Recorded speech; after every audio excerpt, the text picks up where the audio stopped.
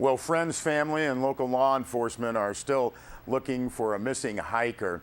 According to a press release from the Mono County Sheriff's Office, back on July 29th, avid outdoorsman Matthew Green, age 39, was reported missing to the Mammoth Lakes Police Department. Mr. Green was passing through the Mammoth Lakes area to do some hiking, camping, and conquer peaks throughout the area. Mr. Green is believed to have expressed interest in climbing Mount Lyle south of Tuolumne Meadows, as well as Mount Ritter and Mount Banner. Now, the Mono County Search and Rescue Team has sent ground teams to search around the Ritter Banner area as a training mission. A CHP helicopter, along with assistance from Mono County Search and Rescue, did a brief search of the area, including the minarets. Now, to date, Mr. Green has not been located. Now, due to the potential climbing destinations, Mount Ritter and Mount Banner being outside of Mono County, the Mono County Search and Rescue Team have not been officially activated. The Search and Rescue Team, to actively aid the family and friends of Mr. Green in their search efforts, has utilized training opportunities to try and locate him. The Search and Rescue Team has verified that no summit register entries have been entered by Mr. Green at either peak. Now, the Search and Rescue Team is currently analyzing Forest Service permits and emailing permit holders to try and gather additional information regarding Mr. Green's location. Now, the Mono County Sheriff's Office has sent this information in reference to this investigation to the Madera County as well as Yosemite Search and Rescue Teams, as their jurisdiction is potentially involved. At this time, Mono County Search and Rescue has not been formally requested as mutual aid in this search. Matthew Green is listed at 5 feet 11 inches tall and weighs approximately 160 pounds.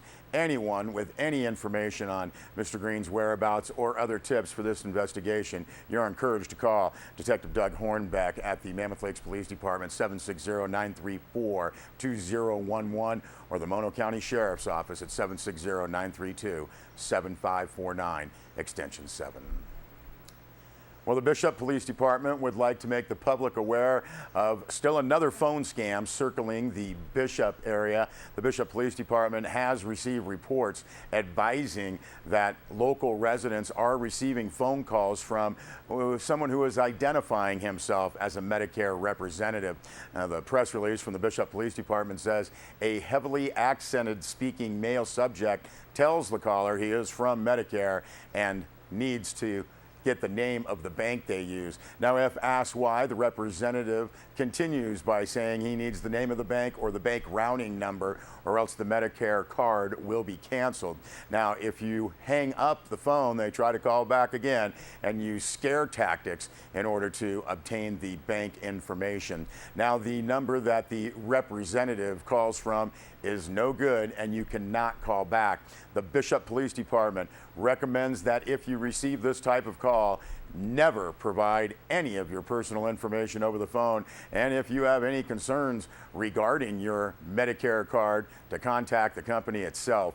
Now, there is a number provided on the front of the Medicare card. Now, according to a story in the Sacramento Bee, the AARP stresses that Medicare employees don't contact participants through unsolicited calls, emails, or visits. They will also not ask for personal information unless the senior initiates the contact with the agencies.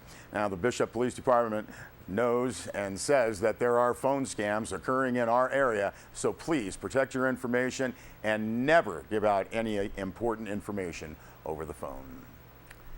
Well, the National Forest has announced that the decision notice and finding of no significant impact for the Wilderness Unauthorized Route Restoration Project environmental assessment that was signed July 29th. Now, the National Forest, according to a press release, prepared the EA for a proposed restoration project on unauthorized routes in a project area that includes the White Mountains Wilderness, John Muir Wilderness, and adjacent non-wilderness lands. These unauthorized routes were fully or partially within wilderness areas designated by Congress in 2009 and were not added to the forest transportation system in the 2009 Travel Management Record of Decision.